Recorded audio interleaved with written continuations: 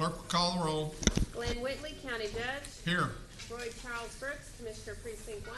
Present. Devin Allen, Commissioner Precinct 2. Here. Gary Thickens, Commissioner Precinct 3. J.D. Johnson, Commissioner Precinct 4. Constitutes a quorum.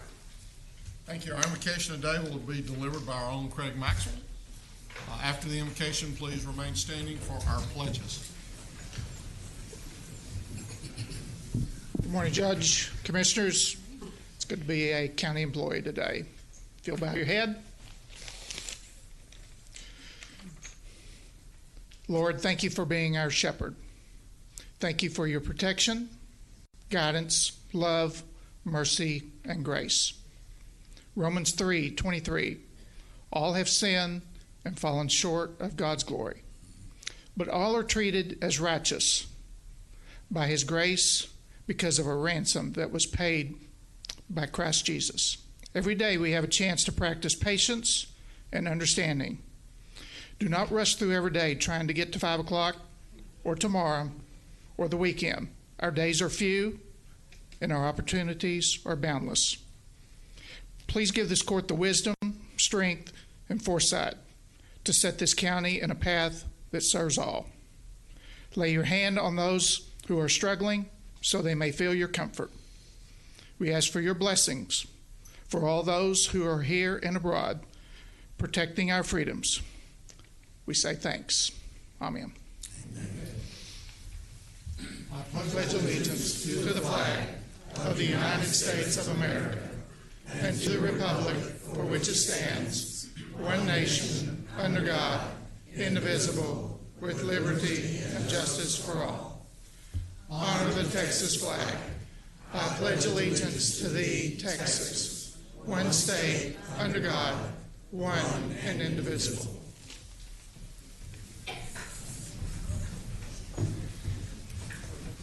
Thank you, Craig. Mr. Manius, agenda announcements. Thank you, Your Honor. Members of the Court, we have several items on the agenda we'd like to draw your attention to. The first one is under the Criminal District Attorney's Office, item 8D1. We are going to consider that particular item after we come from closed session today. Second of all, if you look under the Administrator's section, I noticed that she wasn't here today. On item number 4, I just want to, this is a receive and file, and to congratulate Renee Tidwell for being reappointed as our county auditor. She does a great job for us.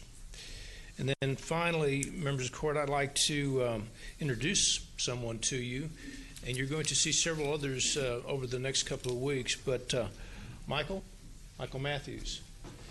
Michael is a new intern in our office via Commissioner Brooks's office. You might remember that Michael was a recipient of the NACO scholarship. And so this is not the first time that Michael has been in court here, and he's going to be with us for at least 8 weeks. Welcome aboard.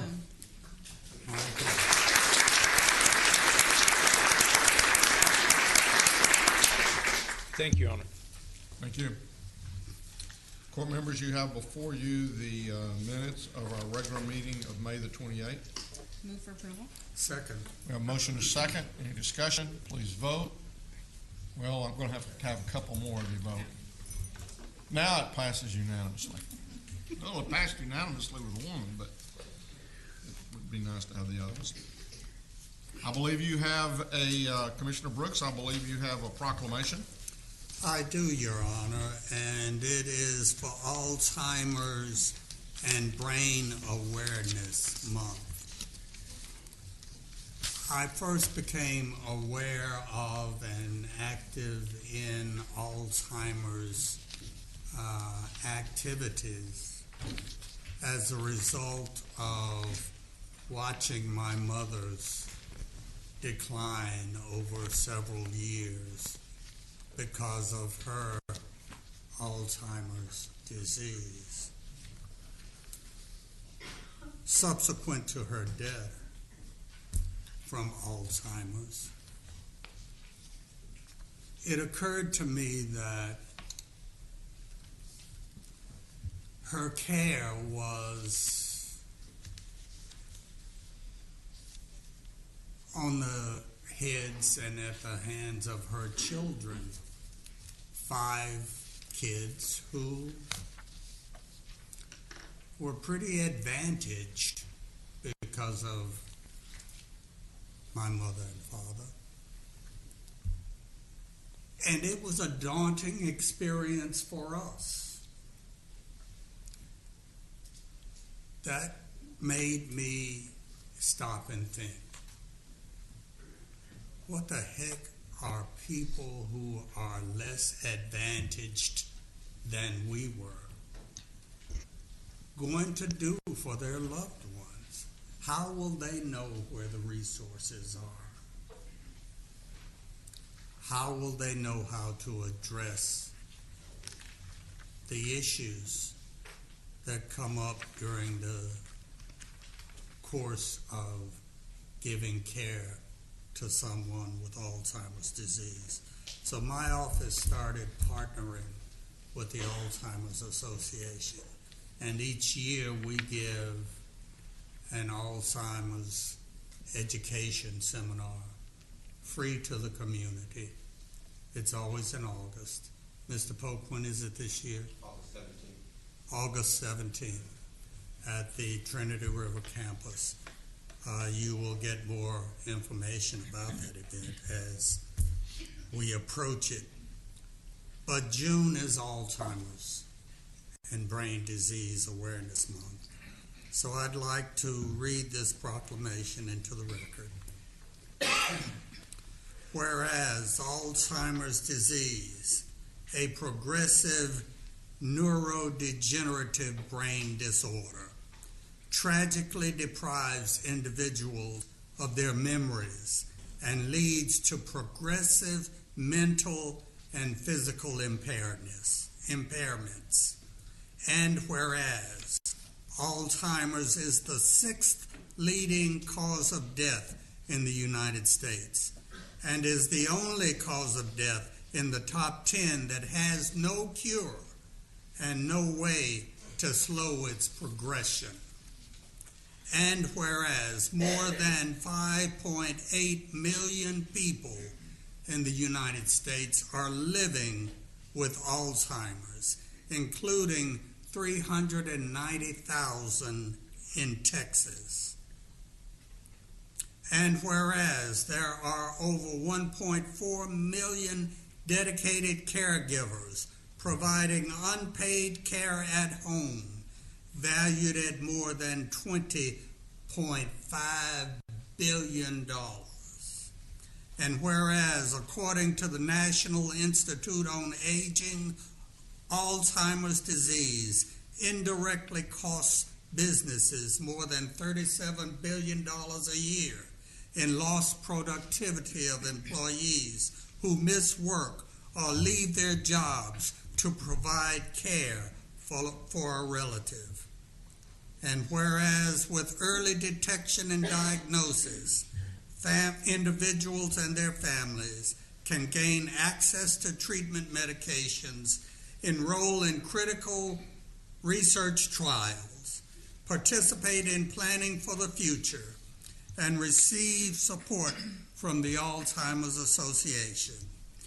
And whereas there is a need to raise awareness about Alzheimer's disease and to honor all caregivers who support and care for loved ones with Alzheimer's disease, and the researchers who are seeking a cause or cure.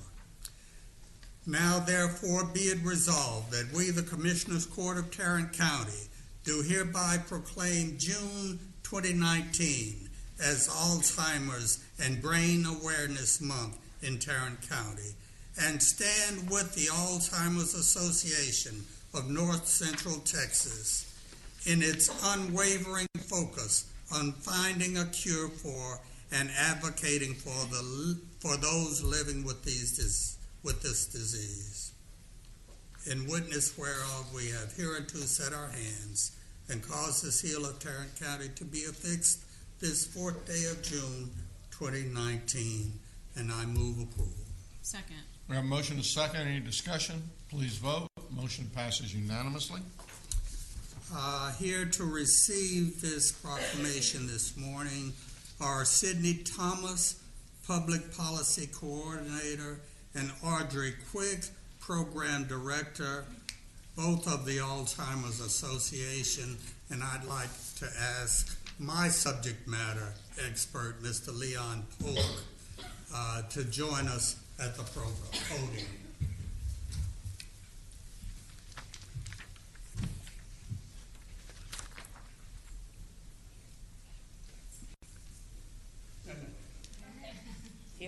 Not front. Look up.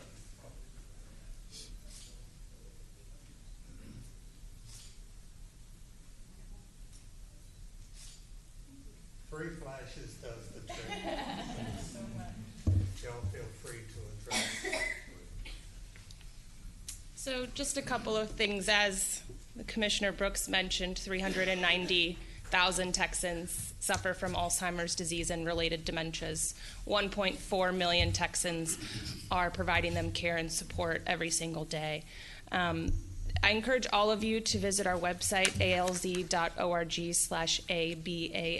standing for Alzheimer's and Brain Awareness Month, to learn more about what you can do, simple things like changing your profile picture on Facebook, or wearing purple one day of the month, and encouraging other people to learn more about the disease and spreading awareness, recognizing the signs and symptoms of Alzheimer's and dementia, and also learning about the ways to reduce your risk of developing dementia. So thank you so very much for this proclamation. It means the world to all of those that we represent.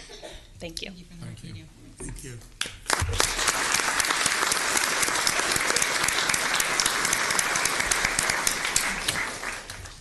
Now is the time again, one of my favorite times of the month, and that's the employee recognition. So as we go through the process, as I call your name, please stand if you can, and let me get through the entire group, and then at that point, we'll recognize you, and then y'all can sit down, and then we'll move to the next group. So beginning with our 5-year employees, the first is Sean Brewer with Information Technology. Sean is over the office today, but I'll stand on his behalf as his manager in the day. Well, thank you. Christopher Burke, Sheriff's Office. Thank you, sir. Nakia Coleman, Sheriff's Office. Kenneth Devers, Sheriff's Office. William Durbin, Sheriff's Office. Now, I didn't make the little statement that if it sounds like your name, stand up, because my pronunciation sometimes leaves a lot to be desired. Cindy Franco, District Clerk's Office. Amy Frericks, Sheriff's Office. Jennifer Gabbert, Sheriff's Office. Felicia Garner, Tax Office. Welcome. Jerry Gray III, Sheriff's Office. Courtney Holcomb, County Clerk. Welcome. William Johnson, District Clerk. Area McCall, Medical Examiner. Charletha Morrison, Sheriff's Office. Barbara Munez, Juvenile Services. John Newbern III, Criminal DA's Office. Tamisha Parks, Juvenile Services. Michelle Rundles, Community Development. Got a lot of them phones going off today. We're going to reinstitute our fine system. Daniel Sandoval, Sheriff's Office. Bhavisha Shaw, Public Health. Lauren Smith, Sheriff's Office. Shatia Smith, District Clerk's Office. Zachary Tarter, Sheriff's Office. Hector Vesca, Sheriff's Office. Carlos Wilson, Sr., Sheriff's Office. Don Wright, Sheriff's Office. Christy Young, Criminal Courts. These are our 5-year. Let's give them a big hand.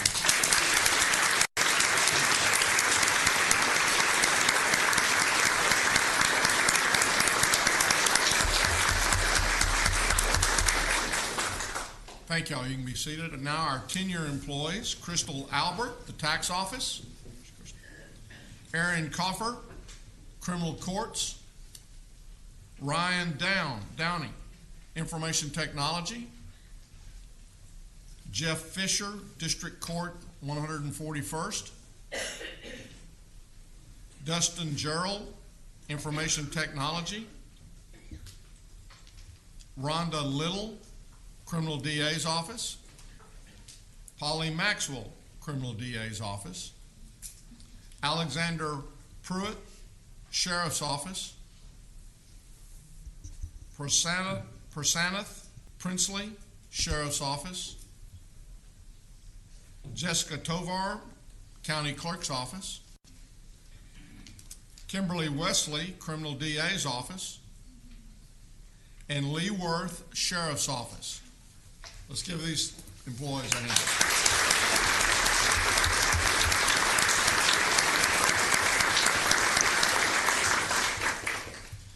Now for our 15-year employees, Savette Garrison, Human Resources. Felice Johnson, Public Health, WIC Program. Julie Martinez, District Clerk's Office. Aaron Perez, Sheriff's Office. Troy Shores, Precinct 4. There he is. Monica Tipton, Public Health. Sonova Valence, Public Health. Are you here? Go ahead and say your name because I obviously didn't. That was pretty close. Zenobia Valencia. There it is. And Rachel Wright, Sheriff's Office. Thank y'all very much. Let's give them.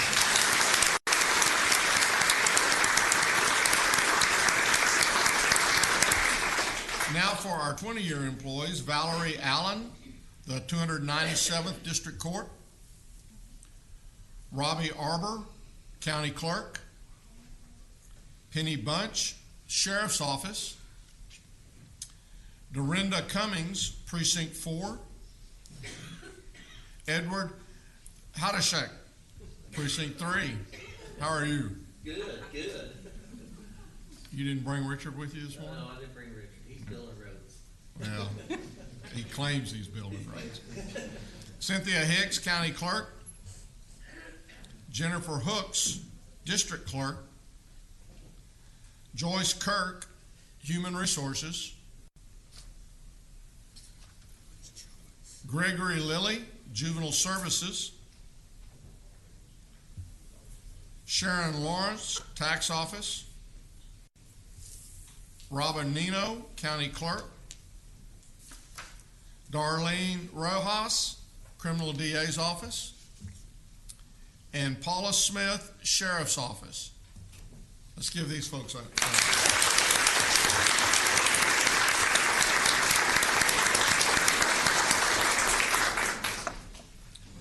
Now for our 25 and up, I have an opportunity to give them a call. And our first 25-year employee is Yvette Collins with the County Auditor's Office.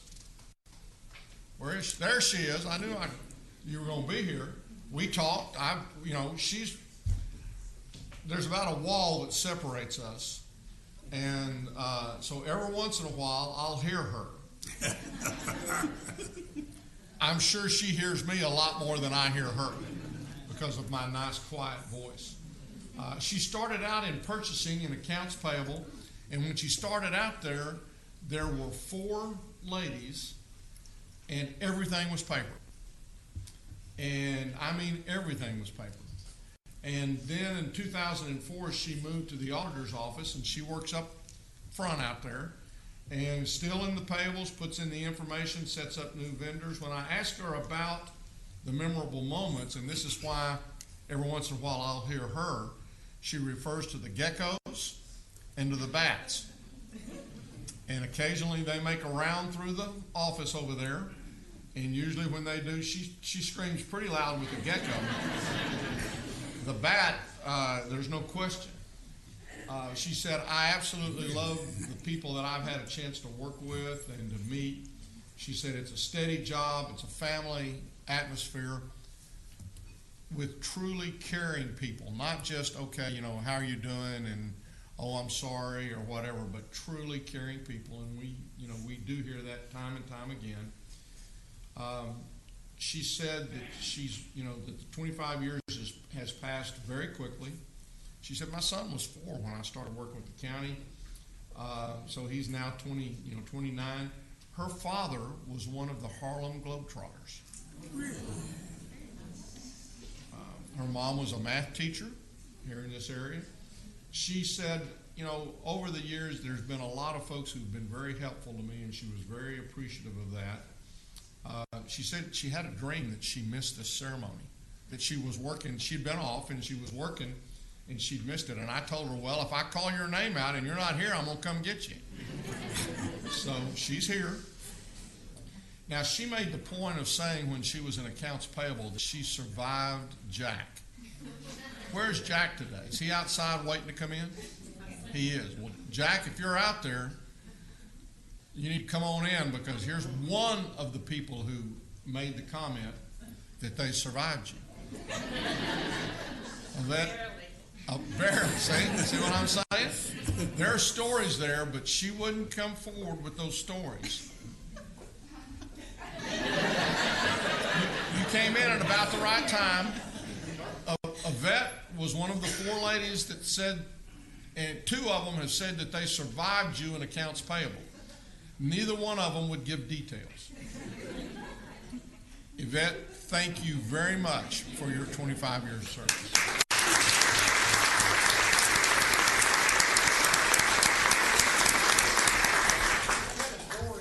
No. We actually say that those people who work for Wilder have a special place in heaven. Now I guess we're going to have to add Jack. We're going to have to add Jack to that list. Next is Kenneth Dennis with the Sheriff's Office, 25 years. Stand up. Okay, thank you. Thank you for being here. I'm sorry. Started with the Sheriff's Office and as a booking clerk in the Correction Center. Was. Is now in the bond desk. And he's saying, when I asked him about a memorable moment, he said, I saw a lot of stuff, but not much worth telling. And I can imagine that. He said, what I like most is the people that I've had a chance to work with, to come across, that's come across over the years. He said, I like to encourage the public, help them out, and try to do whatever I can to help them out. He said, over the years that I've been with the Sheriff's Department, I've seen a lot of people come and go. Some of them have passed away. But he said, I've really, really enjoyed my time with that. Kenneth, thank you very much for your 25 years.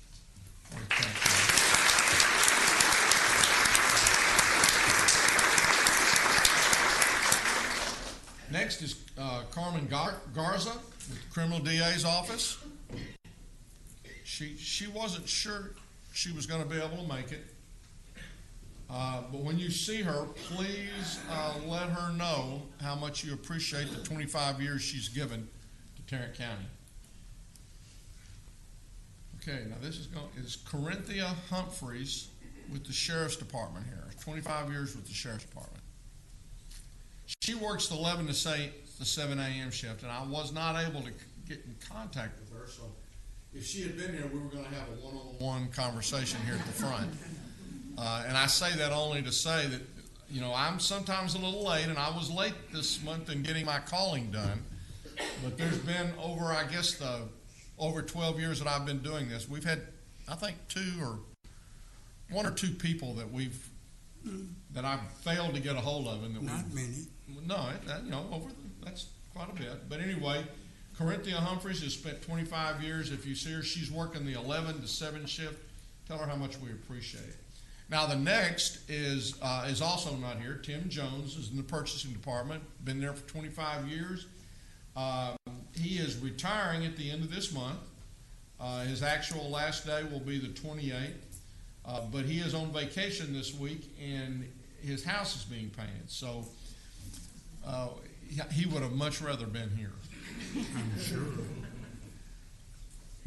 Next is Frankie Mcgill with the Sheriff's Office. There he is, standing back there in the back. And started off as a clerk in Belknap, was a floor officer at Belknap, the lead officer, then Tech 3, spent some time in classifications, and then went to judicial and has been in judicial ever since.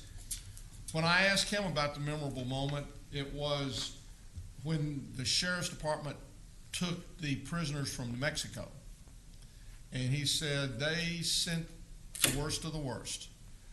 And it was, what I didn't even say to him was, my brother married a young lady from New Mexico, and her father was in the jails and said the ones, you know, he had even made the comment when all that was going on, don't go far, Jack, because we got another one coming up, that the worst of the worst were the ones that came over. He said, what I like most about working for the county is that I enjoy the people I've had a chance to work with. He said, you know, what's amazing is a lot of people will work, and a lot of the people who come from backgrounds that you just wouldn't imagine, PhDs, and it's just people who all their life have wanted to be in law enforcement, wanted to do this kind of work, and so they did it. And so he said it's amazing some of the folks that I've had an opportunity to work with over the years.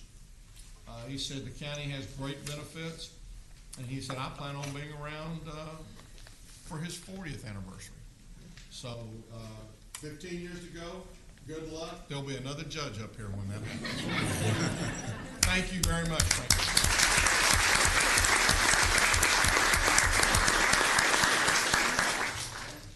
Next is Leslie Stewart, Transportation Services. You recognize her, Jack? She was another one of the four ladies that worked in accounts payable before it got switched to audit, and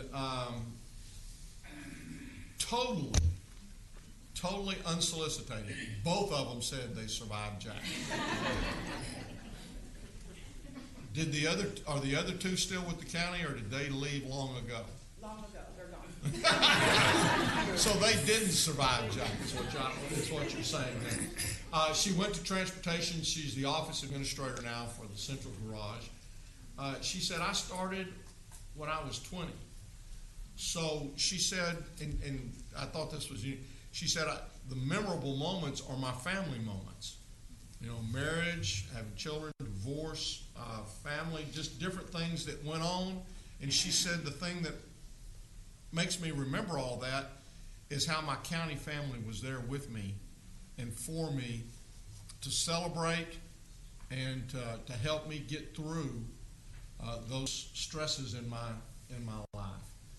And again, you know, we hear this and I talk about it over and over again, but it's true, folks. For you 5 years that are just kind of getting started, you're working for a great place. And and the other thing we talked about were the benefits. You know, and I'm sure that some of the younger folks who start here are saying, what's this 7% you're taking out of my paycheck? You know, I got Friday nights. I need to spend that money on Friday nights, and you're taking it out of my paycheck. But by the time you've been here 25 years, you kind of look at that and say, you know, that didn't seem like such a good idea back then, but it seems like a great idea now. And it is. And so that was one of the things she said I like most is the benefits. She said the vacation time. He said we get to do things, and, you know, we can take off and do things. Again, when I asked her about anything else, she said I survived Jack. And she says I plan on being here quite a bit longer. And I just want to thank you, Leslie, for the time and 25 years you've given to Tarrant County. Thank you very much.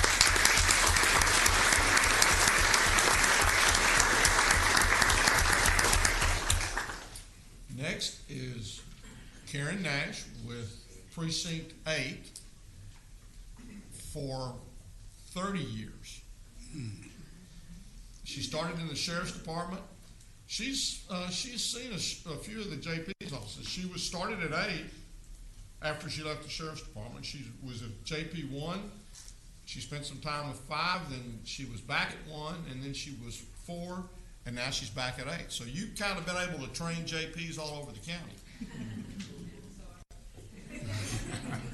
Memorable moments, again, were the people that she's had a chance to work with.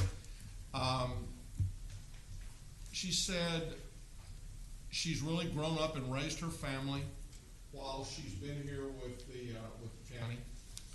She said, I absolutely love the county tuition program. Now, this was when we first talked, which was probably when you were a 20-year employee, when I first gathered this information. And then when I got back with her at 25 years, she said, I have really enjoyed working with the county and really feel blessed to have had a chance to work with her. When we talked this time, she had a couple of kids that graduated from college. She said her youngest son went into the Navy, and that actually, before he went into the Navy, he did some summer work, I think, with the district clerk's office. And I guess he decided that after that, the military was the only thing he could do, I mean, after having to have work with Tom. But she has another granddaughter, who is now 4. She has a total of 2 grandchildren. And so that was the end of the conversation, and we hung up, and I told her I'd look forward to seeing her here on Tuesday. And then she called me back, and she says, I forgot one of the most important things. She said, I told you before how important that tuition program was. She said, 4 years ago, she said, I completed my degree, and I got to walk across the stage at Tarrant. And she said, I would never have been able to do that had it not been for the county's tuition reimbursement program. We do that for any of y'all who are interested. Please know that, and please explore that if you've got a desire or initiative to do that and to go forward. Please take advantage of it. Now, you do have to stay in workforce a little bit after you finish it, but obviously that's Karen's shown that's not a problem. She plans on being around, and she plans on being able to utilize that degree that she's earned.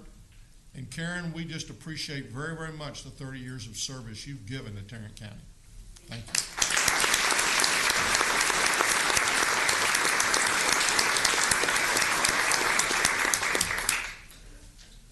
Next is David Pena, 30 years, Sheriff's Department. Started out in the jail for 5 years, opened Green Bay, then was back in the booking area for the new jail, Correction Center, then patrolled for 2 years, and ever since has been on warrants and has served basically all over the areas. Memorable moments, once had an escape on I-35 and happened to be there for that. Civil warrants processing and seizing various assets, and I'm sure that could be a long story. What I liked most, he said, was just doing what he's doing. He said, I really enjoy each area that he's had an opportunity to work in. 5 years ago when we talked, he'd had a new 2-year-old son and an 11-year-old daughter, and at that time he was working part-time at Cabela's. When we talked just recently, he said, I'm still enjoying very much what I'm doing. The kids are getting bigger. He's got a son now going into the 2nd grade. His daughter, after summer school, is starting summer school right now. And she's doing this so that she can graduate early. And she's, really enjoyed the theater program, and she's hoping to go to college. She's going to try to pick her college or university based upon their theater program. And so he's very proud of her and is anxious for that to happen. David, we want to thank you very much for the 30 years of service you've given to Tarrant.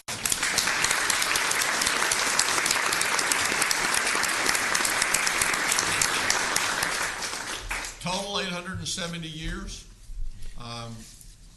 We really do appreciate again, the way you conduct yourselves, the passion I think you bring to your jobs, and the care that you have for not only the people that you deal with back and forth on a daily basis, regardless of what their circumstance may be at the moment.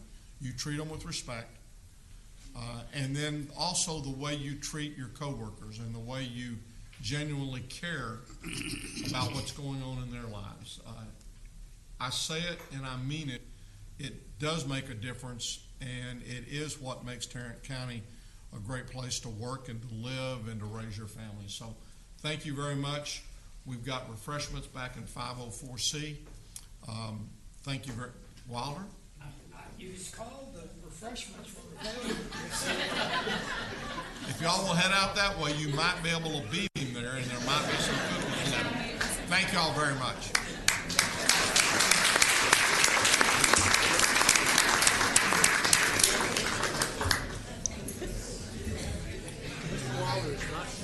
No, he's not. So I know you're extremely busy, but I have 1, 2, 3.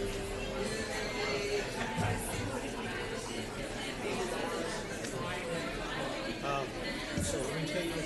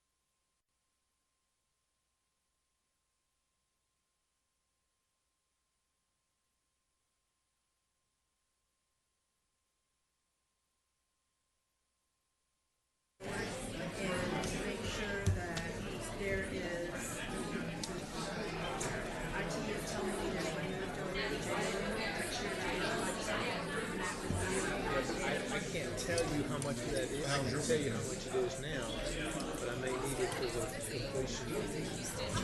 Yeah. So here's what I want to do. It's about, right now it's between 800 and 900,000. Okay?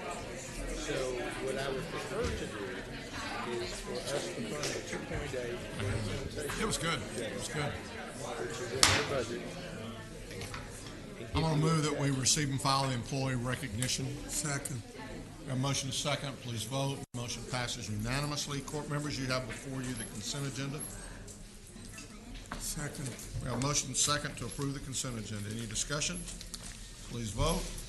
Motion passes unanimously. Mr. Manius? Thank you, Your Honor. Members of the court, I'm going to do item 1, and then Mr. Singleton is going to be doing item number 2. On the first item, A1, we're requesting that the Commissioners Court approve a letter retainer agreement which would engage the law firm of Robbins Travis, PLLC, as special counsel relating to Echo Lake Park in an amount not to exceed $25,000. Move approval. Second. We have a motion is second. Any discussion? Please vote. Motion passes unanimously. I'm going to ask Mr. Singleton to do item number 2. Good morning. Good morning. This morning we're asking the court to consider amending the travel and meeting policy. Periodically we go through and evaluate this policy to update it for to help interpret the policy initiatives of the court, and today we're asking your approval to amend this policy. Move for approval. Second. Discussion? Would you point out to us what the changes Sure. are? On page 3, item 3, I'm sorry, page 2, item 3, talks about items that are paid in, funds that are paid in advance, and that there's an expectation that they still file a travel reimbursement with the auditor. So it makes that clear that there's still an expectation to file a travel form post-event. On page 3, item 8, talks about no-shows. There have been some issues about people not showing up, but we still have an obligation to pay.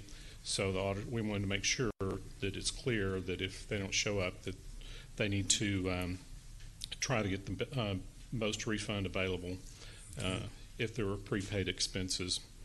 Item 10 on that same page, if someone returns early from a trip and it's for personal reasons, there's a process for that we might have to pay additional fees or charges, and how that will, whether the county will do that or not. It addresses that issue. Page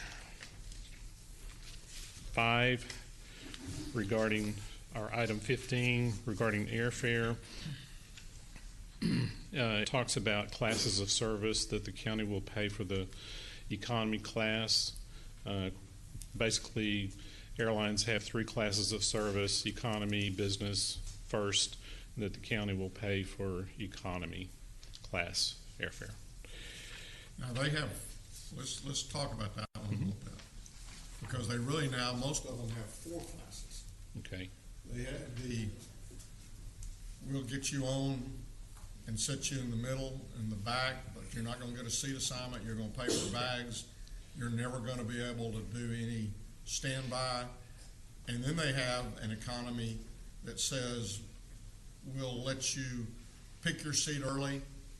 You can actually carry a bag with you, and if you want to come back early and you can get out to the airport and there's a plane, we'll let you get on it. And then there's business, and then there's first. Right. Economy has the market for airlines. They've expanded and added charges for different items within the economy class, and we can't measure when they're going to release inventory and what's available, whether it's priority seating, expanded leg room, and that sort of thing. So we did not address that. It's still all considered economy class, all those extra charges, but it's still considered economy. So what does that mean? But what I would say is, no, I don't want to pay for business. No, I don't want to pay for first class. But if there's 2 categories, there's the economy, and then there's the Premium economy. basic economy. Is the basic economy is the cheap one? Yes. And then you've got economy, and then you have business and first. But every airline has a different terminology, and that's why it states in the amended policy, regardless of how it's branded, we're still calling it economy. It's the lowest class of service. And see, I guess So there may be different charges and fees or selections within that group, but we're just calling it the broad term of economy.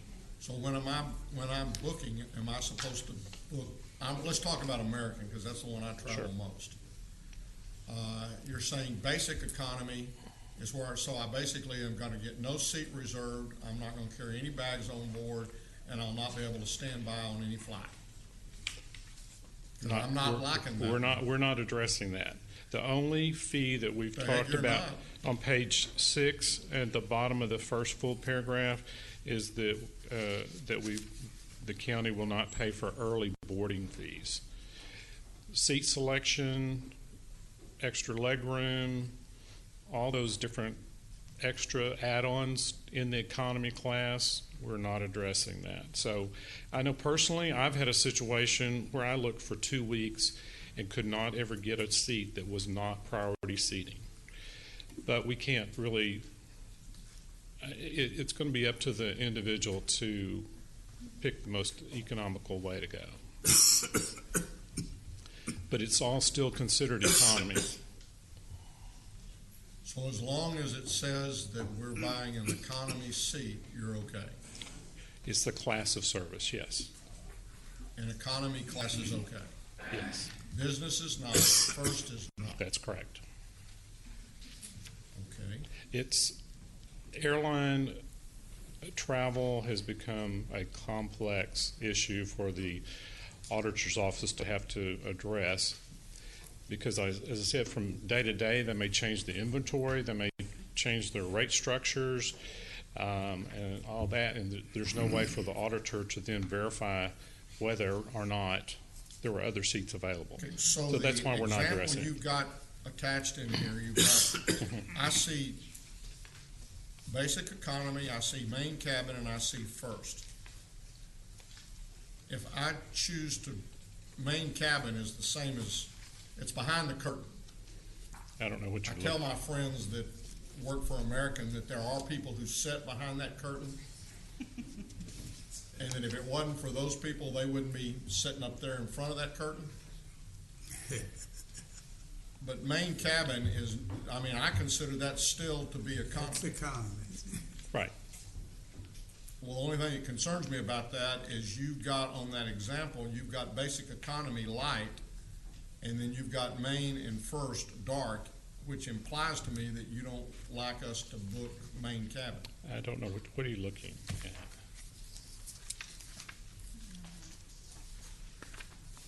I don't know what that is. That's not part of my Maybe document. that's something my staff just, or I may have asked my staff to put in there. Well, what we did do in the airlines, we make the statement, without regard to destination, the county will pay for the most economical class of service, which is also known as economy class. So what we're trying to do is, we'll pay for the least expensive. And the county will pay for one bag. Yes. So by the time, but I heard you say that if we decide we want to be able to reserve a seat, that means we've now got to pay for something above that, because otherwise we're going to end up in the middle seat at the very back of the plane. Judge, you got so many Between miles. 300. You're not going to end up at the back of nothing. Well, no, I may be wrong, but here's the problem. If you make basic economy, you're not picking your seat.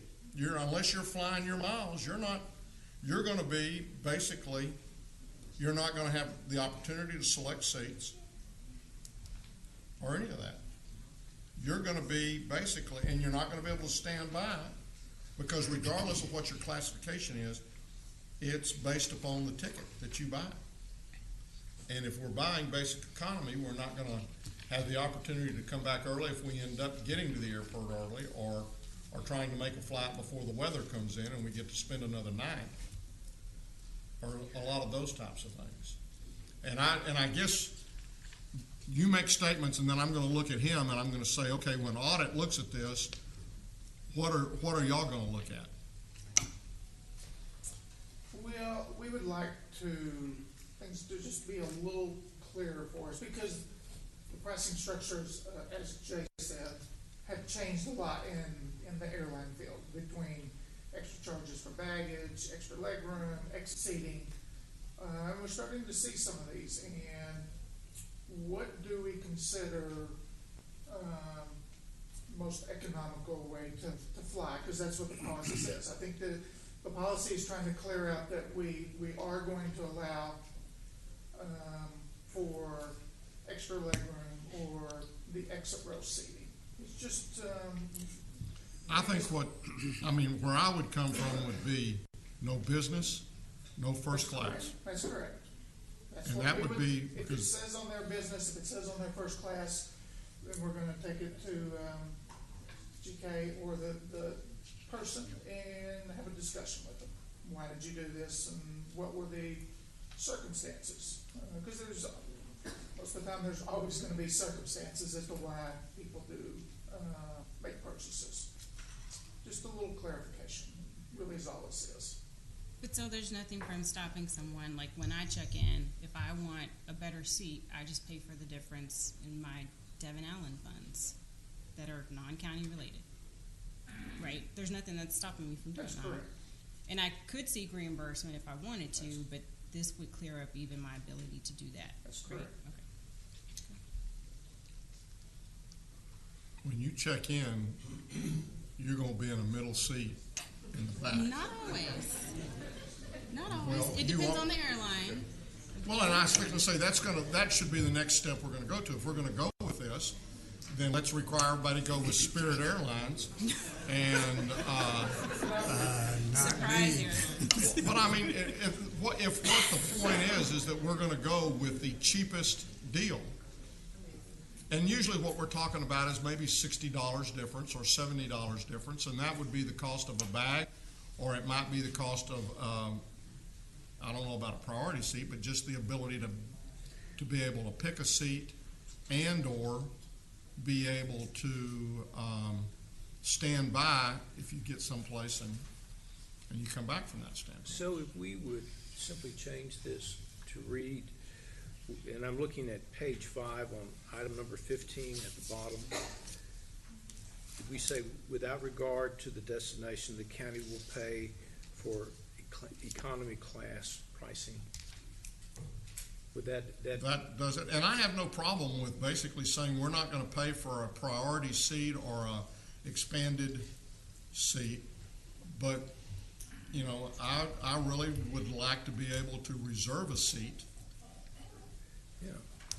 on a plane, as opposed to knowing that I may or may not, because the other side that I will tell you is when they oversell, you don't get a seat. If you're one of the ones that don't have a seat assignment, you're not guaranteed a place on that plane. So if we just say we will pay for economy class, would that be sufficient? Turn around and look at this guy right over here, because he's the one that's going to. Oh, yeah. In fact, we didn't mention this, but this policy that we're bringing to you, this was a collaborative effort between audit and our office. We work very, very closely on this policy, because you're right, auditor is the one who has to enforce this thing.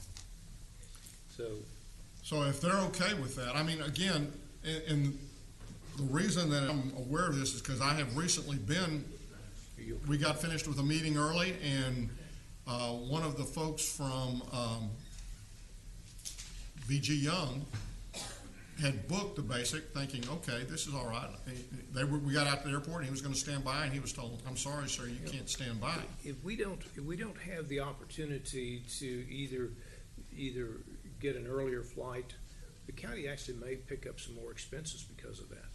And so Craig, I have a question for you. Would you like us to take this particular item and work with you to get some language you're comfortable with? Or are you ready to give us language now? I'd rather work with you. Okay, so Mr. Singleton, if you'll go ahead and finish, then we'll come back with wording that he's comfortable with, and we'll make sure you all are aware of it also. Because we have had examples where people will come back a day early, which in turn, if they can get the hotel refund, then that offsets the additional cost. If you're coming back for just personal because you're ready to come home early, that's what we'd kind of like a little clarification on. Well, and I don't disagree with that, Craig, because I mean, if by coming back early you can save money on the hotel, but if you don't, then I have stayed another night just because it was cheaper than to pay the $150 fee. But what I don't want to do is, American oversells a lot of their planes. And they recently I found out that recently the way they do that is if you don't have an assigned seat, then you're eligible to be told, "I'm sorry, but you're going to have to catch the next flight." And so that's something that's another consequence of that situation. So I'd appreciate it if y'all would look a little bit more at that. Okay, then on page 7, item 17, it talks about out-of-state usage of county vehicles. We've had a very rare, but a few situations where county vehicles have left the state without really prior approval. We have discovered, and so that's when we added a phrase that the out-of-state travel with a county vehicle needed to be approved prior to travel. And then on page 8, under administrative guidelines, item 2, the first sentence, even though it should be common knowledge that the county, I'm sorry. It's page 9. Page 9, okay. There's page 8. Page 9. Yeah. Page, what is it? Page number 2, this one? Yeah. Okay. That first sentence. Even though it should be common knowledge that the county auditor determines whether a receipt is adequate or not. We wanted to put this in here because we're having more electronic receipts. Some people get it on their phone, and so it needs to be a detailed receipt so that it states that the auditor will determine whether it's a valid receipt or not. So that's it. So what we'll do, we'll work with the auditor's office and get some clarifying language that is acceptable to audits, and then we'll bring this back for your approval next week. Okay. Thank you. Now you understand why I asked Jay to make that presentation. So you could sit back and be the good guy. I am the good guy. Mr. Maxwell.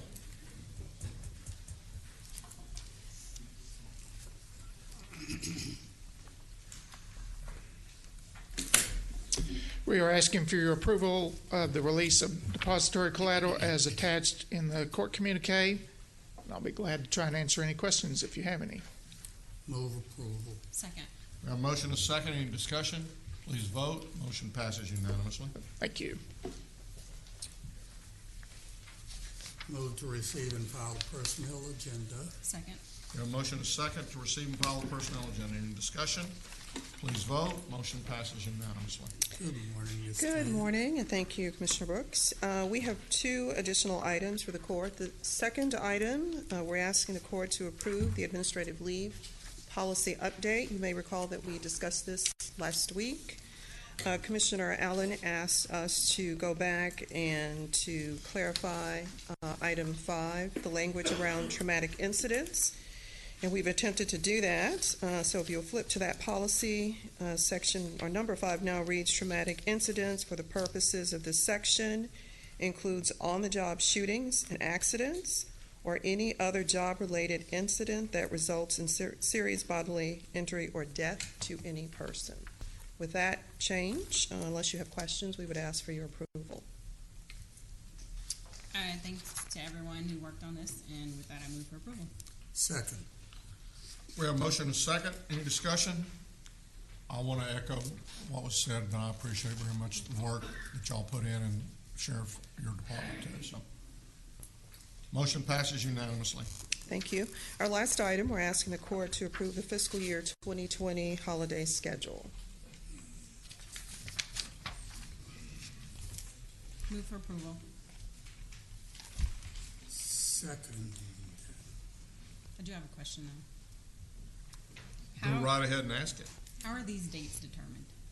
So the One county, follows the county commissioner has 12 holidays that we've had in place now for a long time.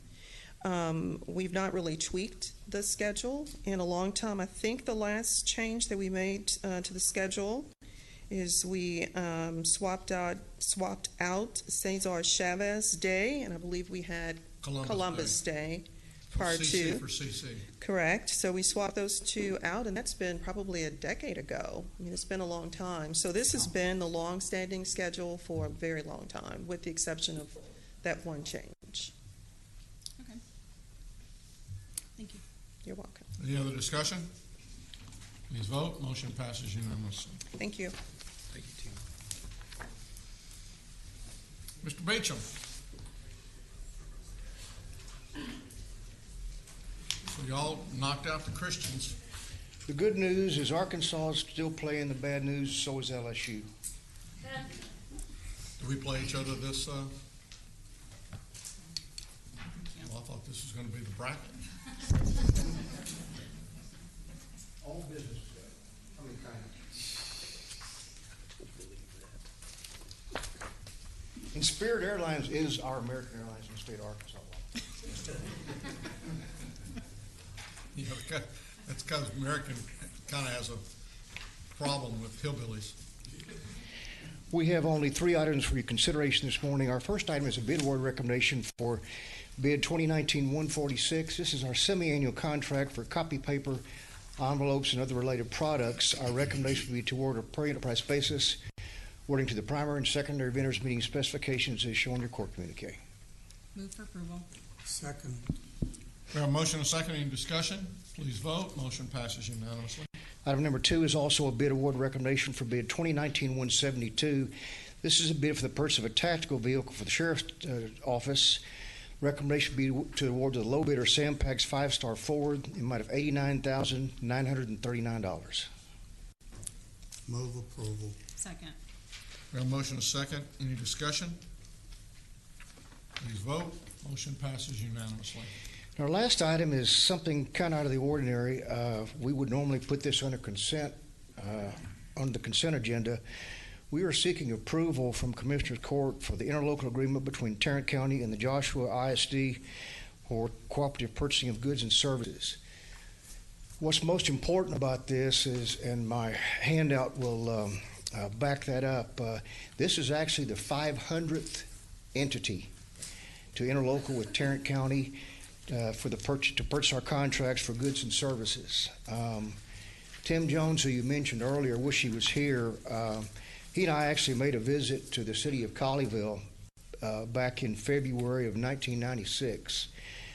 Their interlocal, which is the first with Tarrant County from the city of Colleyville, was submitted to us on March the 12th, 1996. That cooperative program has grown to such that there are 212 cities, 21 towns, 107 counties, 17 colleges and universities, 72 ISDs, and 71 other entities and special districts. Including the YMCA. Yes, sir. 501 is in the bucket. We'll bring that to the court in a couple of weeks, but something that has allowed Tarrant County, with the help of our partners, to save millions and millions of dollars over the last 25 years, and kind of a neat deal. Move approval. Thank you. Second. We have a motion and a second. Any discussion? Motion passes unanimously. Congratulations. Thank you. Thank you. Thank you, Jeff.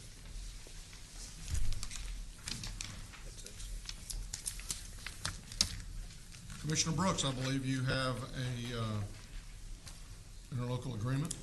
I do for a fact, and it looks like it is 8K1A and B. It's an interlocal agreement with the Everman Independent School District. I move approval. Second. We have a motion and a second. Any discussion? Please vote. Motion passes unanimously. Commissioner Allen. Yes, I move for approval of items 8K2A and B. That's for the River Legacy Science Center parking lot. And also for items C, D, E, and F for roads in Arlington. Second. We have a motion and a second. Any discussion? Please vote. Motion passes unanimously. Are there any appointments today? There being none, then you have before you the claims, including the addendum. Move approval of the claims, including the addendum. Second. We have a motion and a second to approve the claims, including the addendum. Please vote. Motion passes unanimously. Briefing items, Mr. Manius. Thank you, Your Honor. Members of the court, we have two items for you this morning. The first, item A, is a update on a tax abatement with Benny Keith Company in the city of Fort Worth. Ms. McMillan is here to address the court. Hello. Good morning. Lisa. Today, I'm going to brief you on a tax abatement request from Benny Keith Company for expansion of its office and warehouse facilities at 7600 and 7650 Will Rogers Boulevard. That is on the west side of 35, just north of Everman Parkway. As you know, Benny Keith is a long-term corporate citizen of Fort Worth and a distributor of food and beverage products and one of the largest privately held companies in the DFW area. The Benny Keith Food Division distributes over 20,000 various food products across Texas, Louisiana, and Oklahoma. They are looking to expand their food service operations by adding approximately 185,000 square feet of space to their existing DFW regional facility. They expect to invest over $29 million in total construction costs and new machinery and equipment by the end of June 2021. Benny Keith currently employs 855 full-time employees at this location, and the expansion is expected to add a minimum of 283 new full-time jobs over 5 years after completion, with an average salary for administrative and sales positions of $126,200 per year, and the average annual salary for transportation and warehouse positions of $71,900 per year. Healthcare and other employee benefits are also provided at a reasonable cost to their employees, and their company and their employees support many local organizations and programs around this area. The City of Fort Worth has approved a 7-year tax abatement, providing up to 50% of abatement for real and personal property. We have before you a term sheet for possible county abatement at a maximum of 50% of new real and personal property value for a period of 7 years, also to match the City of Fort Worth. Our abatement will start with a base of 40% and provide up to 10% additional abatement for employment and performance-based criteria. As set forth further in the term sheet, that 40% base would require the company to expend a minimum of $22 million in real property improvement costs and a minimum of $7 million in new taxable business personal property to the site. Add 179 full-time jobs by the end of 2024 and have a total of 283 new positions by the end of 2026, all the while maintaining no less than the 855 current employees on the site. Additionally, 10% abatement can be incrementally earned for added employment to the site, and also additional commitments in terms of contracting with Tarrant County and DBE contractors. But the cumulative abatement will never reach over 50% per year. But based on the tax rates currently, should Benny Keith earn the maximum of 50% for all 7 years, the project could receive a total 7-year tax abatement of approximately $238,000 from the county. Hospital district taxes will not be abated. Over that same period, the county will receive tax revenues from the unabated portion of the new improvements, as well as the current base value of the land in the existing facility. New tax revenues solely from that unabated portion are estimated to be about $34,000 a year, and with the hospital district's taxes not being abated, we're estimating that the expansion would provide an additional $65,000 a year in new tax revenues for the hospital district. I have Eric Alexander here from Benny Keith, just to kind of give you a little bit of an update of what the Benny Keith is doing.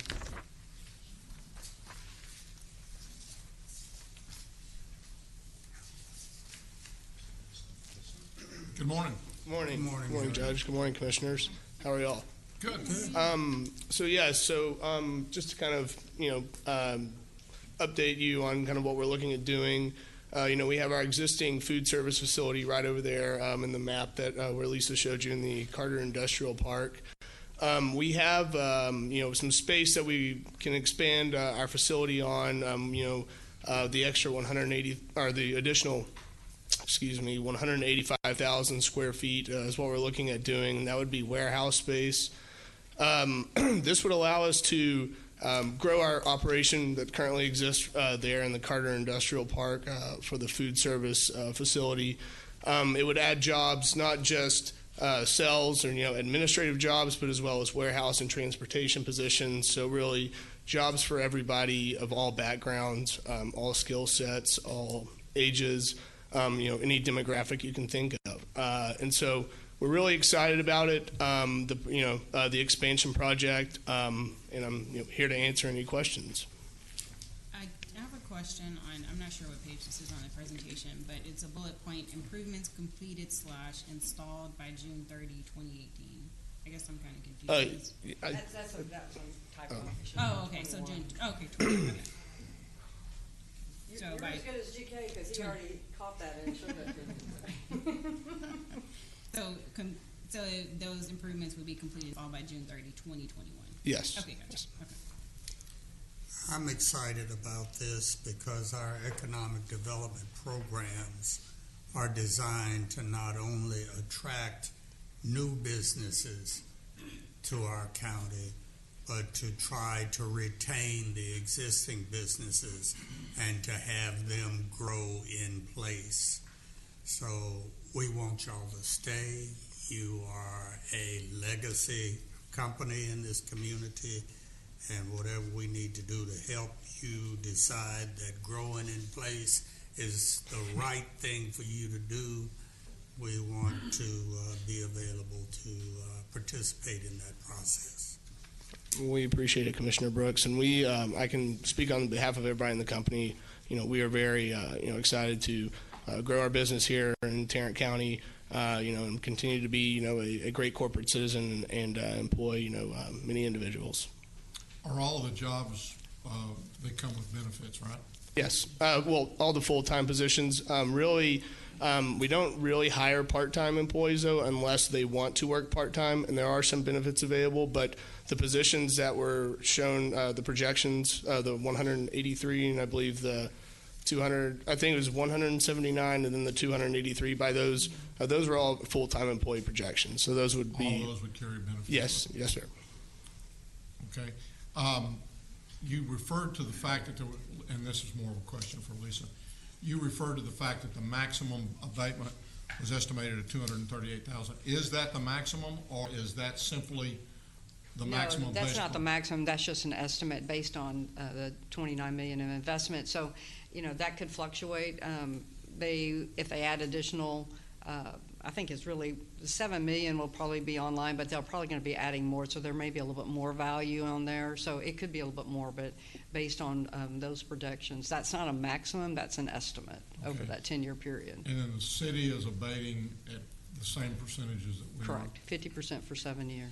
Okay, does the city do y'all pay much sales tax? We do, but our products are really for resale. So, but we do still, yes, sir. But we do still sell certain things that do have sales tax, such as equipment, because we don't just sell food itself, but we also try to supply our customers with everything that they need, from paper plates, napkins, stoves, all the way to steaks and whatnot. Okay, all right, thank you. So we will be coming forward if there's no other questions or concerns about the terms of the abatement. We will be coming back to you with a agreement for consideration and approval based on that term sheet. Let's get her done. All right. Thank you. Thank you. Thank you. Members of the court, on item B, this is the legislative issues. Mr. Schaffner is not here today. As we know, the legislature has adjourned. The governor is vetoing several bills. We're tracking a couple of ones that are fairly important to us. We'll keep this item on the agenda until the veto period is over with, so we can give you a full accounting. When that occurs, then Mr. Schaffner will present a report to you, a comprehensive report that'll include all the activities of this past legislative session. Your Honor, that's all that staff has at this time. You do have some audience participation forms. Yes, I have several here. A couple are saying that they do not wish to testify, but I will go ahead and call those up that are wishing to testify. The first is Jennifer, I think it's Detlaw. Maybe it's not. That would work. Do you live at zip code 76110? Yes. Okay, go ahead and repeat your name. Sure. You can pronounce it right. Sure. And then give us your address if you wouldn't mind. So my name's Jennifer DeHaro. I'm managing attorney with the Refugee and Immigrant Center for Education and Legal Services, and I've been practicing in Fort Worth for 6 years. Thank you for the opportunity to speak on the 287G program this morning. So my primary concern with the program is that it chips away at one of the most basic principles of our criminal justice system, which is the presumption of innocence. So for example, when an individual is arrested, a non-citizen, under this program, that individual is transferred to ICE custody, regardless of whether that arrest leads to a conviction. So it could be that this person is actually innocent of the crime for which they're arrested, but they're still transferred to ICE custody. So proponents of this program might say, well, this is good for Tarrant County because we're taking criminals off the streets, but that's not necessarily true because, like I just said, only an arrest will lead to someone getting into ICE custody and then entering the deportation process. And while I appreciate that many of our law enforcement officers take their duty to protect and serve very seriously, at the end of the day, they are just humans and they make mistakes, whether that be an erroneous arrest or an unlawful search. Something that leads to an arrest can have very serious consequences for immigrants. So if I were arrested, based on a violation of my rights, it'd be a very big inconvenience, and at the end of the day, I would probably be able to settle it with my criminal attorney through the criminal justice system. But for an immigrant, this has extremely serious consequences because that individual could be separated from his or her family. And additionally, once you're in the deportation process, once you're in immigration court, do you think that the judges really care whether this arrest was unlawful? Based on my experience, unfortunately, they do not, because this person, although is in the system because of an unlawful arrest, if he or she doesn't have immigration status, it really isn't that important to the judge how that person got into the immigration court.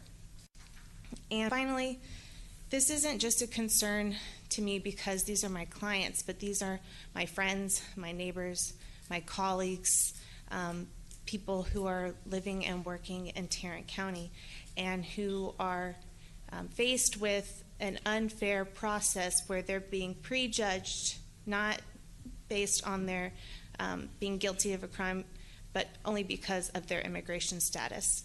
And so for those reasons, I would ask you to reconsider and ultimately choose to discontinue the 287G program. Thank you. Next is Fatima Maroof. We're hitting it today. Is there someone who lives on Hildring Drive West? I believe she may have stepped out momentarily. Okay, well, I'll set her aside then. Maria V. from Arlington, Texas. And Maria, if you wouldn't mind, go ahead and give us your last name also and your address in Arlington, please. Valladares. Viola? Valladares. Spell it for her. It just shows as V on It just shows. Valladares.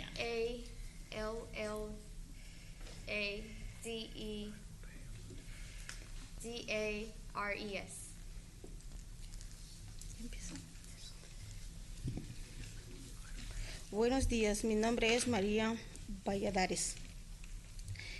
Vivo en Arlington. Soy parte de la comunidad afectada por el cambio que se ha implementado.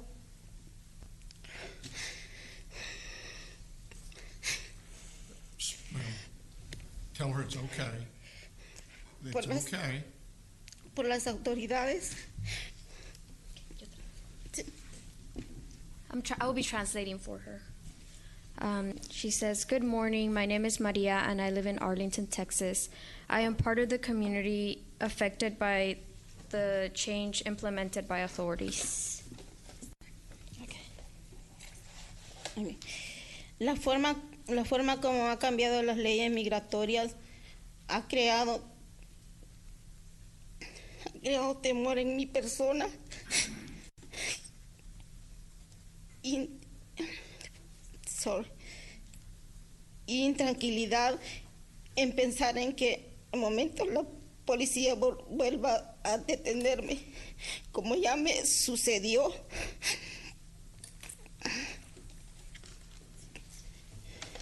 sin razón alguna.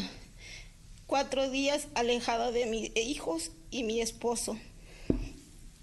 The way in which immigration laws have changed has created fear and intranquility in me at the thought that at any moment the police can arrest me again without any reason, as they have already done. I spent 4 days away from my kids and husband. El sufrimiento que yo experimenté no se lo deseo a nadie. El pasar que iba a ser deportada creó en mí un daño psicológico. Pensaba en todo momento que mis hijos que tenían necesidades especiales y no encontraba una solución alguna. Una solución que es lo que estaba pasando. Lo poco que me comunicaba con mi esposo era para decirme que mis hijos estaban sufriendo al no verme. Ellos, igual que yo, fueron afectados psicológicamente. I do not wish the suffering that I experienced on anyone. The thought of being deported created a lot of psychological harm in me. I thought of my kids who have special needs at all times, and I could not find a solution to what was happening. The little communication that I had with my husband was for him to tell me that my kids were suffering because of not seeing me. They and I suffered psychologically. Ahora el temor de volver a salir a la calle se ha vuelto traumático. La tranquilidad que vivía con mi familia se ha ido. Now the fear of going into the street has become traumatic. The tranquility that I had with my family has left us. Cuando veo a las autoridades detrás de nuestro auto, no siento protección, sino ninguna culpa como me pasó anteriormente. When I see the police behind our car, I do not feel protected.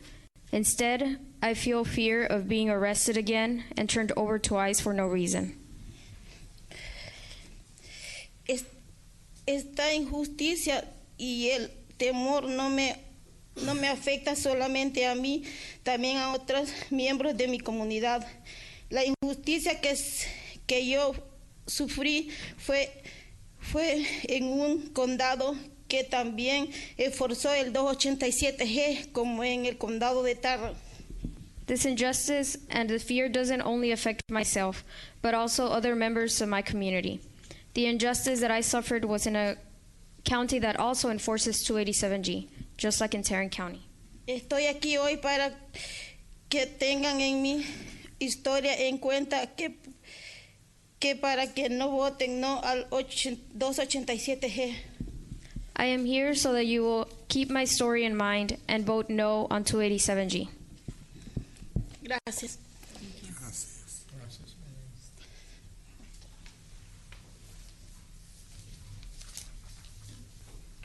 Maria Rosso, Arlington.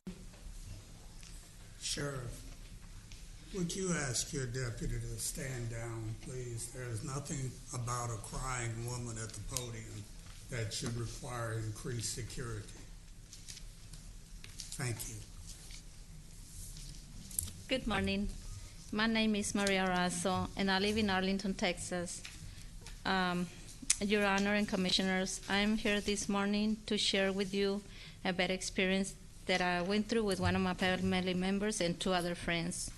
They were stopped at the police for no reason. At first they were told they got stopped because they had drugs, and then they were told they got stopped because the vehicle they were driving was stolen, and it wasn't true, neither one of the reasons. So then the officer asked them for an ID, a Texas ID, which they didn't have. They had the Mexican IDs, and so because they didn't have an ID, they were arrested, and by the time they arrived to the police station, they had already immigration hold for them. The officer had called the police ICE, and the reason they were told they were arrested was because they didn't have a Texas ID, and that made them a criminal. while they were at the police eyes, they were intimidated by them and made them sign their own volunteer deportation. And I'm asking why. They had never been in problems. The only thing they did wrong that day was wearing their dirty clothes after a long day of work, which made them suspicious to the police. The type of experience creates fear of the police in my community. This is why I am here today as a U.S. citizen and a voter to urge you to vote no on 287G. Thank you for hearing me. God bless you and have a good day. Thank you. Thank you.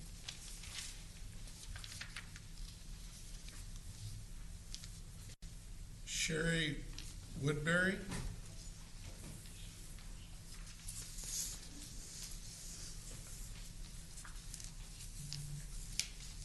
Hello. My name is Sherry Woodbury. I live in Precinct 1 and minister to a congregation also located in Precinct 1, Westside Unitarian Universalist Church. Yes. I appreciate the opportunity to speak to you today about three of the reasons that I oppose 287G. First, 287G suffers from a lack of transparency. These concerns are well documented and apply to Tarrant County, where 287G was adopted with little evident public education or input beforehand. The church I serve affirms our profound commitment to the fundamental principles of justice, equity, and compassion, to truth and core values of American society. From its beginnings here, 287G has undermined core democratic values. Second, this program strains important relationships. In the Unitarian Universalist, or UU tradition, we are inspired by Jewish and Christian teachings which call us to respond to God's love by loving our neighbor as ourselves. 287G does not encourage love of one's neighbor. Instead, it fosters suspicion and fear. As a UU, I am also inspired by humanist teachings, which counsel us to heed the guidance of reason and the results of science.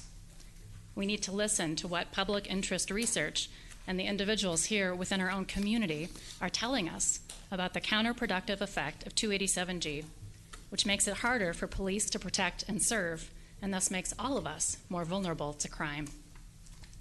Third, we are a nation of many immigrants that espouses respect for the inherent worth of every person and has long benefited from the contributions of hardworking immigrants. I would hate to see us backslide on the progress made toward a healthy multicultural community by treating immigrants as inherently suspect people and by wasting the talent they bring that enriches all in our communities. A report on what's at stake with 287G, put out by the Center for American Progress, indicated that in Tarrant County, 24% of businesses are owned by people who were born in another country.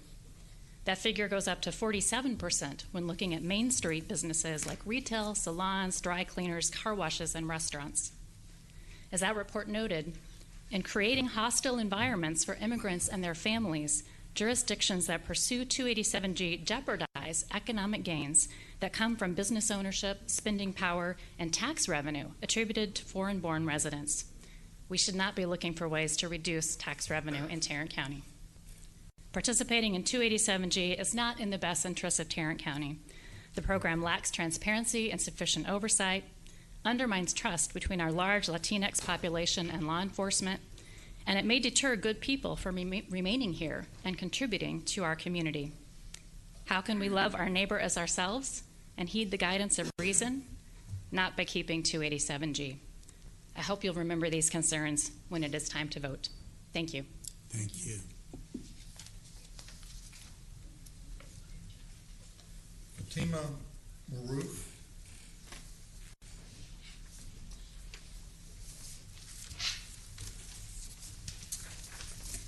Good morning. Good morning. Good morning. My name is Fatima Maroof, and I'm a law professor at Texas A&M School of Law here in downtown Fort Worth. Today I want to talk a little bit about the civil rights and due process concerns that 287G raises. Local involvement in federal immigration enforcement perpetuates unjust deportations. It leads to costly civil rights violations, including racial profiling, and damages trust in law enforcement, making immigrants more fearful to report crimes and act as witnesses. With respect to racial profiling, one study found that after Texas law enforcement agencies had 24-hour access to ICE in local jails, discretionary arrests of Hispanics for petty offenses, particularly minor traffic offenses, rose dramatically. The same thing has happened in other communities across the country. For example, a 2017 study of Frederick County, Maryland, found that 287G led to a significantly higher number of arrests of Hispanics by the Sheriff's Office. The State Criminal Alien Assistance Program, or SCAP, is a federal program that reimburses states and counties for incarcerating undocumented immigrants with certain types of criminal records. This heightens concerns about racial profiling by creating a special incentive to convict and detain undocumented immigrants as opposed to other types of prisoners. In 2017, Tarrant County received $339,000 through the SCAP program. I can also say, based on my 15 years of experience working with immigrants and their families, I direct an immigrant rights clinic at the law school which provides free legal assistance to low-income immigrants, that people feel victimized by their race or ethnicity when there are 287G programs in effect, and that erodes their trust in law enforcement. These agreements also expose counties and cities to legal liability. They resulted in violations of constitutional rights of citizens and non-citizens alike. Cities and counties may be liable for what happens to individuals detained on ICE hold requests. Lawsuits have been filed across the country challenging the legal basis for holding someone on an ICE hold. Many of these lawsuits have resulted in damages against cities and counties, as well as states. Holding people in criminal custody for a civil infraction violates the Fourth Amendment protection against unreasonable seizures. Neither ICE's detainer form nor the administrative warrants that sometimes accompany it require evidence of probable cause or even suspicion of new criminal activity. Instead, an ICE officer must simply indicate that evidence exists that the person is deportable from the United States, which is a civil offense. Thus, federal judges have found that there is no probable cause that the individual has been involved in criminal activity in violation of the Fourth Amendment. Over 700 jurisdictions around the country, including major cities like New Orleans, Miami, Chicago, and others, have limited their involvement with federal immigration enforcement due to these human and financial costs, as well as decreased trust in law enforcement. This is not a mandatory program, it is optional. Helping the federal government find and deport people is not the county's job. And therefore, I urge the Commission not to volunteer to renew the agreement on 287G. Thank you. Thank you. Angela Morrison.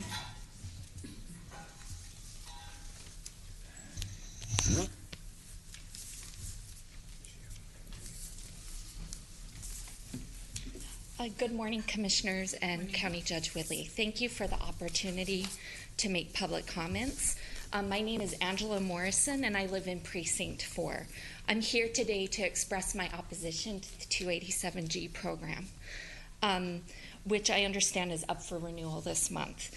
I'm a law professor, and one of my research interests is immigration law and policy, and I'd like to share my concerns about the 287G program. Like others who you've heard from and will hear from, I'm concerned about the erosion of public safety and individual civil rights caused by the 287G program. Today, however, I'd like to focus my comments on the economic costs. That is, whether the county is getting bang for its buck or whether it's just footing the bill for costs and litigation that rightfully belong to the federal government. There are two types of costs to Tarrant County. Of course, there's the costs that are directly traceable to running the 287G program, and there's also the indirect economic costs that flow from the program. So first, under the Memorandum of Agreement with Immigration Customs Enforcement, the county bears virtually all the costs associated with the officers certified under the program, even when those officers are performing federal immigration functions. So those costs include the travel costs of initial training, of refresher training required under the MOA every 2 years, and, quote, any additional training required by ICE. It also requires Tarrant County to pay for all administrative supplies, costs for cabling and power upgrades to run the technology required by the 287G program, and it may even sometimes require the county to pay for the software and support for the technology, since the MOA says that ICE only pays for technology subject to the availability of funds. The most significant cost is the requirement, though, that the county pay for the salary and benefits of the officers certified under the program, even when they're performing immigration functions.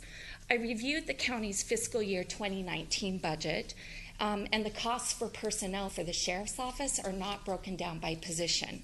But the budget does show that there have been significant increases since 2017, some of which I would assume are attributable to the 287G program. This is also based on what other jurisdictions have found. So other jurisdictions that have had a 287G program or have one now have spent between $675,000 a year and just over $1 million in personnel costs to run the program. So when Harris County participated in the 287G program, it spent $675,000 per year on personnel costs. Other counties have had higher costs. So Gwinnett County, Georgia, spent $1.2 million for 18 officers. Prince William County, Virginia, spent $1.3 million for 11 officers. The Las Vegas Metropolitan Police Department spent $1.3 million for 12 officers. This is money that could be better spent on other programs. $500,000 to over $1 million per year could be deployed for crime prevention programs, better health and mental care services for people in detention, and drug or alcohol counseling. The other major costs related to the program have to do with the increased detention costs resulting from the immigration detainers issued under the program. So the most recent immigration detainer report from the Texas Commission on Jail Standards said that for the previous month, Tarrant County had housed 344 individuals on immigration detainers at a cost of $345,000. Not all of this would be attributable to the 287G program or the detainers. What's important to know is how much longer does the jail have to detain people who have a detainer than they do people facing similar offenses. I tried to calculate a rough estimate based on publicly available data that estimates what those additional costs would be. And for fiscal year 2018, that would be around $1,330,000. That's based on ICE data that says that Tarrant County Jail issued detainers on 535 people, a cost of $113 per day for the detention, times an average of an extra 22 days detention. And then the other point about all of this is the county doesn't even get fully reimbursed for this from the federal government. So according to Tarrant County's fiscal year 2019 budget, the projected amount of revenue that the county anticipates from the SCAP program is only $248,000. So that leaves a deficit over $1 million, not $100 million, that the county is footing to detain people on behalf of the federal government. So that's one of the main reasons I oppose the renewal of the MOA. I would also made some recommendations. I submitted written comments about information that I think it would be useful for the commission to get from the sheriff's office to be able to analyze what the actual cost of this program is. So based on other jurisdictions' experiences, what we've learned about costs once the data is available, it's important to obtain that information. I urge the commission to vote against renewal. The costs of the program in terms of public safety and trust, civil liberties, and economic costs, in my opinion, outweigh its benefits. Let the federal government foot the bill instead of Tarrant County residents. Thank you for allowing me to participate today. Thank you very much. I got page 2 and page 4, but originally I didn't. So you might have a copy of mine if you would like it. I have a couple of other people who have signed up in opposition but have not asked to speak. Diane Wood from Fort Worth, Elu Mayfield from Fort Worth, and Elva Mosier from Benbrook. All have signed up against the 287G program, but have said they do not wish to address the court at this time. I guess the comment that I would make is, again, I want to thank you for your attention to the time. I want to thank you for coming out and making your comments, because this is what it's all about. Next week, these items have not been on the agenda. And so therefore, we could not respond to any of your comments because of the fact that it wasn't on the agenda. Next week, a briefing item will be on the agenda. We're waiting some information. We're expecting some information from the Sheriff's Department, some questions that we have provided. Based upon us getting the responses on that, then next week we will have a briefing item on that, so it will be on our agenda. You can, at that point in time, you will be eligible to not only make comments, but we will be eligible to respond at that point in time. And so that will occur probably next week from a standpoint of the briefing items, and then action will, if we go forward with the briefing item, and again, the reason I say that is because we've requested some information ourselves, and we want to have the opportunity to review that before we come into a briefing item. But we'll do that, and then I would suspect that between that date, which I guess will be the 11th, and the end of the month, we would probably take some action on the 287G deal. Commissioner Allen says I may have missed one person, and it may be the person who's holding up their hand, and that would be Cheryl Williams. Yes, sir. Come on down. I apologize. I didn't have your list. I'll give you my page 2 if you'll hold on to that, and then page 2 and page 4. But it says she wants to address something on the agenda, so Well, I think maybe it was marked incorrectly. Yeah, I think that's why we overlooked it. if you're talking about the 287G, it wasn't on the agenda, so I thought We may need you to amend your form. we need you to amend the form. I can do that. I can do that. Thank you for an opportunity to speak, and I am from Precinct, Mr. Brooks. First and foremost, to whom much is given, much is required. It says that in Luke. I don't think it's necessary for us to continue to spat out the data. I think you guys already know what the data says, and the data is sufficient in that it does not quantify nor qualify 287G. 1, 2, when I look at where I am in society, I deal with ex-offender females, and I've been doing it now for the last 10 years.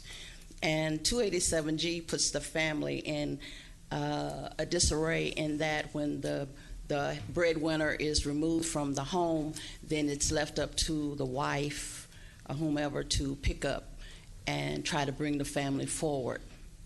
287G also puts the children in a disarray in that the father being away from the home, and then the mother is having to go out and try to make ends meet. So there's no one there for the children. 2, 3, when you look at, and I want you to put your moccasins on, because I'm going to paint a picture for you. When you look at children in today's society that are being raised by technology, we need all the parents that we can have at home with these children. When we allowed prayer to be taken out of the schools, we allowed a demon to come in that 287 continuously permeates, in my opinion. And the reason I say that is because when you look at today's children and you look at in the direction that they're going, they need no other obstacles. They need no other obstacles. I think 287G is unfair, and I think the data supports it. Now, there's a test, and there's a task within the test, and that is to be fair. I challenge you, if there's anyone under the sound of my voice that has not done their research and done due diligence, I challenge you to look in the mirror and ask yourself, while you're wearing that moccasin, could you endure what these families are enduring? And is it fair? Is it fair? When we look at the humanity, and when we look at the United States being a country of immigrants, and you look at the humanity, who are we to say who stays and who doesn't. I understand there are immigration laws, but 287G is not the way to implement it. And if you do due diligence and you look at the establishment of the 287G program, the data is not there to support retaining these individuals. From redlining to racial, from redlining to all of the racial stuff that the United States has had, and we're all are acquainted with those issues that cause for us to have civil rights. I challenge you to look at the data. The data does not support the implementation of 287G. It does not. And I speak to the humanity in you and the love that we should have for one another and giving each other a chance. I think that's all people really want is a chance. You can't do implementing 287G. It's just not fair. Thank you. Thank you.